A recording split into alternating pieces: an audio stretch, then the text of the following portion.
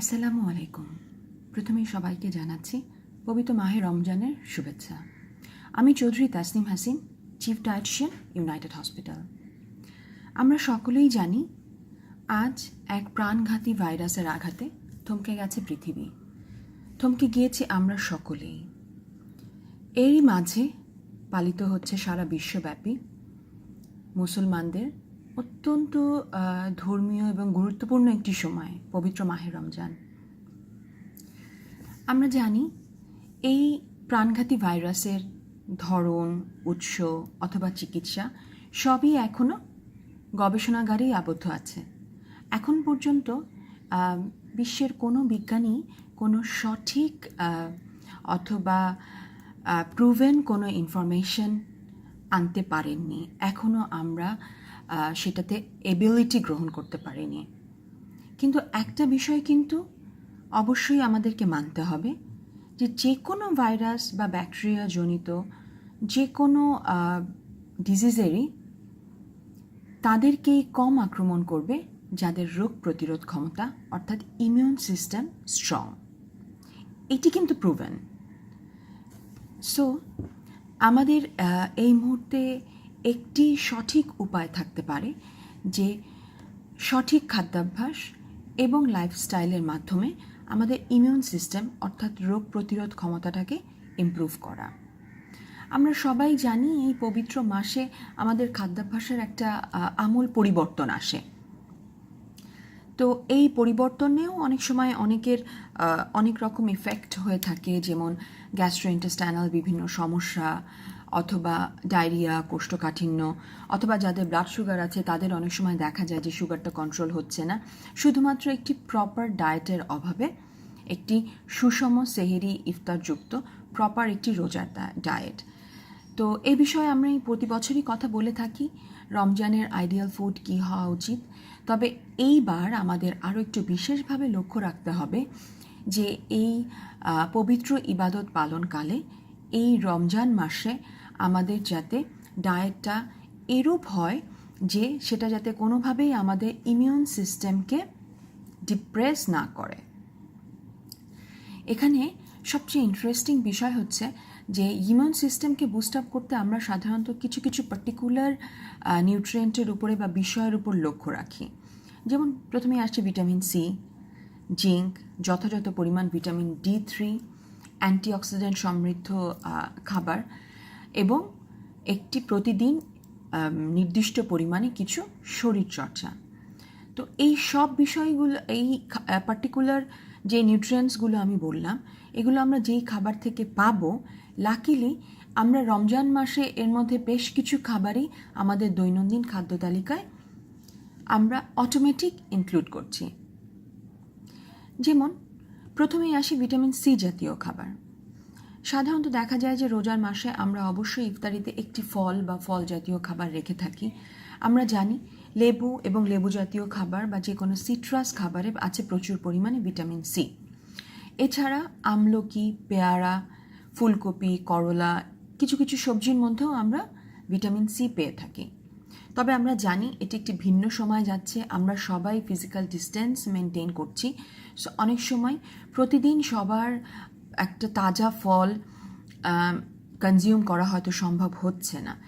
এক্ষেত্রে ভিউয়ারদের জন্য আমি বলতে চাই ভিটামিন সির আরও একটি অন্যতম উৎস হচ্ছে অঙ্কুরিত ছোলা। আমরা সবাই জানি যে ছোলাটা আমরা রোজার মাসে প্রচুর খেয়ে থাকি। এই ছোলাটা আমরা সাধারণত কী করি, আমাদের রেগুলার প্র্যাকটিস হচ্ছে গিয়ে ওভারনাইট আমরা সোক করে রাখি, তারপর বয়েল করে সেটা যে যার পছন্দ মতো করে প্রিপেয়ার করি। এই ওভারনাইট সোক করে রাখা ছোলাটাই যদি আমরা আরও একটি রাত একটি ভিজা কাপড়ে ঢেকে রাখি, অর্থাৎ একটু ময়েস্ট রাখি, তাহলেই কিন্তু দেখা যায় যে 40 to 45 আওয়ার্সের ভেতরেই এই ছোলা থেকে একটু সাদা শেকড়ের মতো বের হচ্ছে। এটাকেই আমরা বলে থাকি অঙ্কুরিত ছোলা। এই অঙ্কুরিত ছোলা কিন্তু ভিটামিন সির একটা খুব বড় উৎস। তো আমরা যারা রেগুলার ফ্রুটসটা কনজিউম করতে পারছি না বাজারে যেতে হবে বলে, তারা কিন্তু চাইলেই এবারের ছোলাটাকে একটু অঙ্কুরিত ছোলা করে যদি রেগুলার কনজিউম করি, তাহলেও কিন্তু ভিটামিন সি এর চাহিদাটা অনেক অনেক বেশি পূরণ হয়ে যাচ্ছে। এরপর আসছে জিঙ্ক, মিষ্টি কুমড়ার বিচি, পালং শাক, গরুর মাংস, বাদাম, দুধ, পনির, ডিম এবং ছোলার ডাল, মসুর ডালে আছে প্রচুর পরিমাণে জিঙ্ক। এই দুটো ডালই কিন্তু আমাদের ইফতারিতে ছোলা এবং পেঁয়াজু আকারে থাকছে আমাদের টেবিলে। সো এক্ষেত্রে আমরা দেখছি যে আমাদের ট্রেডিশনাল যে খাবার, সেই খাবারগুলোর সাথে কিন্তু এই ইমিউন সিস্টেম বুস্ট করার খাবারগুলোর আমরা অনেক মিল পাচ্ছি, স্পেশালি রমজানের যে ট্রেডিশনাল খাবারগুলো। এছাড়াও আমরা চেষ্টা করব একটু সেলেনিয়ামযুক্ত খাবার খেতে, যা সাধারণত আমরা অনেক বেশি আমাদের রেগুলার ফুডের মধ্যে থেকে পেয়ে থাকি, ইলিশ মাছ, সরষে বাটা, এগুলো থেকে। তো দুটোই এই মুহূর্তে অ্যাভেলেবল। এই সব কিছুর পাশাপাশি আমাদের যেটা লক্ষ্য রাখতে হবে যে WHO কী গাইডলাইন দিচ্ছে আমাদের। WHO কিন্তু COVID-19 জন্য কিছু নিউট্রিশনাল গাইডলাইন দিয়েছে, যেগুলো একটু আমি আপনাদের সামনে তুলে ধরতে চাচ্ছি। যেখানে প্রথমেই বলা হয়েছে লবণ এবং সুগার, সুগার এবং লবণ, এই দুটো জিনিসের পরিমাণটাকে কমিয়ে আনতে। এক্ষেত্রে আমরা চেষ্টা করব, যেহেতু ইফতারিতে আমাদের অনেকেরই অভ্যাস থাকে একটু চিনিযুক্ত শরবত খাওয়া, তো সেটা না খেয়ে যদি আমরা একটু ফলের রস খাই অথবা ডাবের পানি খাই, যদি আমরা সেটাকে অ্যাভেলেবল করতে পারি, অথবা খেজুর দিয়ে যদি আমরা একটু খেজুরটাকে ব্লেন্ড করে একটা শরবত করতে পারি, অথবা খেজুর আর পানি যদি একসাথে খাই, তাহলেও কিন্তু খুব সহজেই পটাশিয়ামের ঘাটতি এবং আমাদের যে এক্সেস থার্স্ট, দুটোই আমরা মিট আপ করতে পারবো। লবণের পরিমাণটাও WHO বলছে পার ডে একজন অ্যাডাল্টের জন্য লেস দেন 5 মিলিগ্রাম, অর্থাৎ লেস দেন 1 টিস্পুন সল্ট, এবং সুগারটাকে যতটা সম্ভব অ্যাভয়েড করতে বলছে সকল বয়সের জন্য। এর পরবর্তীতে তাদের যে গাইডলাইনটা, সেটা হচ্ছে প্রসেসড ফুডটাকে অ্যাভয়েড করতে। আমরা তো এবার যেহেতু আমরা একটা ফিজিক্যাল ডিস্ট্যান্সিং বা সোশ্যাল ডিস্ট্যান্সিং মেনটেন করছি, সবাই জানি যে মোরলেস সবাই আমাদের ঘরে তৈরি ইফতার দিয়েই আমরা ইফতার করব ইনশাল্লাহ। বাজারের খাবারটা আমাদের কমই খাওয়া হবে। এক্ষেত্রে ঘরে তৈরি খাবারের ক্ষেত্রেও আমরা চেষ্টা করব প্রসেসড ফুড, অর্থাৎ যেটার মধ্যে প্রিজারভেটিভ অথবা টেস্টিং সল্টের উপস্থিতি থাকতে পারে, সেগুলো একটু অ্যাভয়েড করতে। আরেকটি অত্যন্ত গুরুত্বপূর্ণ বিষয় হচ্ছে পানি।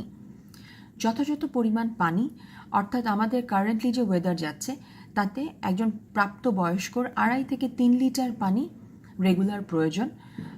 যারা কন্টিনিউয়াস এসির মধ্যে আছেন, তাদের হয়তো সোয়েটিংটা কম হচ্ছে, সেক্ষেত্রে থার্স্ট তার কম লাগতে পারে, কিন্তু পানির পরিমাণটা ঠিক রাখার চেষ্টা করবেন। এরপরে একটা গুরুত্বপূর্ণ বিষয় হচ্ছে ট্রান্সফ্যাট, অর্থাৎ ট্রান্সফ্যাটটা আমরা মূলত পেয়ে থাকি বেকারি খাবার থেকে, অথবা আমরা তেলে ভাজা খাবার, তেলটাকে যদি বারবার রিইউজ করি, তাহলেও আমরা সেটাও একটা খুব খারাপ উৎস ট্রান্সফ্যাটের। তো এক্ষেত্রে একটু লক্ষ্য রাখবেন যে আমরা ডিপ ফ্রাই না খেয়ে আমাদের ইফতারির ফ্রাইড আইটেমগুলো যদি আমরা একটু শ্যালো ফ্রাই করে খাই, অর্থাৎ কম তেলে ভেজে খাই, তাহলেই কিন্তু আমাদের এই রিইউজের কোনো প্রয়োজনীয়তা আসবে না। WHO এখানে বারবার বলছে যে অন্তত 4 সার্ভিং ফ্রুটস এবং 5 সার্ভিংস ভেজিটেবলস, অর্থাৎ 2 কাপ পরিমাণ ফ্রুটস এবং 5 কাপ পরিমাণ ভেজিটেবল যাতে প্রতিদিন আমাদের খাদ্য তালিকায় থাকে। তারই সাথে স্ট্যান্ডার্ড সাইজের অন্তত 3 থেকে 4 পিস মাছ অথবা মাংস। তো এক্ষেত্রে আমরা দেখতে পাচ্ছি আমাদের মিল প্ল্যানটা হচ্ছে rich in vitamin and minerals, at the same time rich in protein. Protein বলতে কিন্তু সবসময় যে মাছ মাংস দিয়েই আমাদেরকে এটা ফুলফিল করতে হবে তা না। সেকেন্ড ক্লাস প্রোটিনকেও কিন্তু আমরা জানি মাছ মাংস ফার্স্ট ক্লাস প্রোটিন, কিন্তু ডাল, সিমের বিচি, যে কোনো বিচি জাতীয় খাবারকে আমরা সেকেন্ড ক্লাস প্রোটিন বলছি, কিন্তু এই সেকেন্ড ক্লাস প্রোটিনটাকেও কিন্তু চাইলে আমরা ফার্স্ট ক্লাস প্রোটিনে রূপান্তরিত করতে পারি। যেমন চাল এবং ডাল, দুটো সেকেন্ড ক্লাস প্রোটিন যদি আমরা একসাথে রান্না করি, আপনারা নিশ্চয়ই বুঝতে পারছেন ভিউয়ার্স, আমি খিচুড়ির কথা বলছি, অথবা পিশপাশ অথবা হালিম, তখন কিন্তু এই খাবারটি হয়ে যাচ্ছে ফার্স্ট ক্লাস প্রোটিন। অবশ্যই আমরা লক্ষ্য রাখব যে এই রমজানে যাতে অন্তত প্রতিদিন আমরা সবাই খেয়ে থাকি, এটা আমাদের সুন্নাহ, খেজুর দিয়ে ইফতার ভাঙা। তো চেষ্টা করব সেহরি এবং ইফতার দুটোর সময়ই খেজুরটাকে রাখতে, কারণ খেজুরে আছে প্রচুর পরিমাণে পটাশিয়াম এবং এটা আমাদের বডিকে রিহাইড্রেট করতে হেল্প করে। সো সেহরিতেও যদি আমরা একটু খেজুর রাখি, তাহলে সারা দিনে আমাদের পানির চাহিদাটা অনেকটা বেশি কমে আসবে। এর পাশাপাশি সবশেষে আসছে ভিটামিন D3 এবং অ্যান্টিঅক্সিডেন্ট।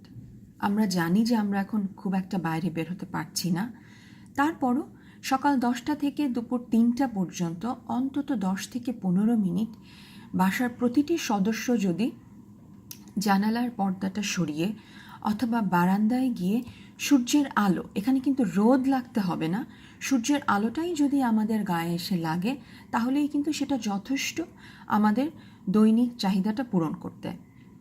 এছাড়া ইমিউন সিস্টেম বিল্ড করতে প্রচুর পরিমাণে দরকার হয় অ্যান্টিঅক্সিডেন্টযুক্ত খাবার।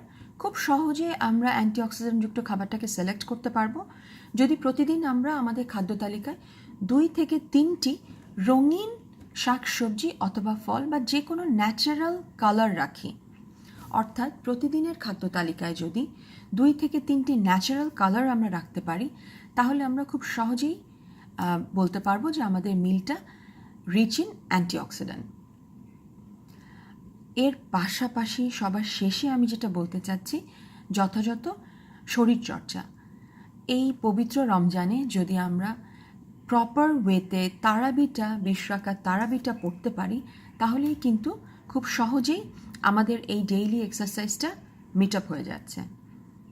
আশা করি ভিউয়ার্স আমার এই ছোট্ট ছোট্ট টিপসগুলো আপনাদের এই রমজানে একটি সুস্থ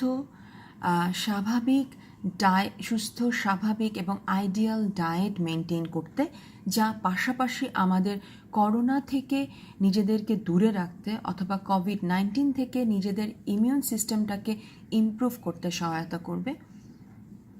ভালো থাকবেন, ঘরে থাকবেন। আশা করি আবারও দেখা হবে আমাদের। আসসালামু আলাইকুম।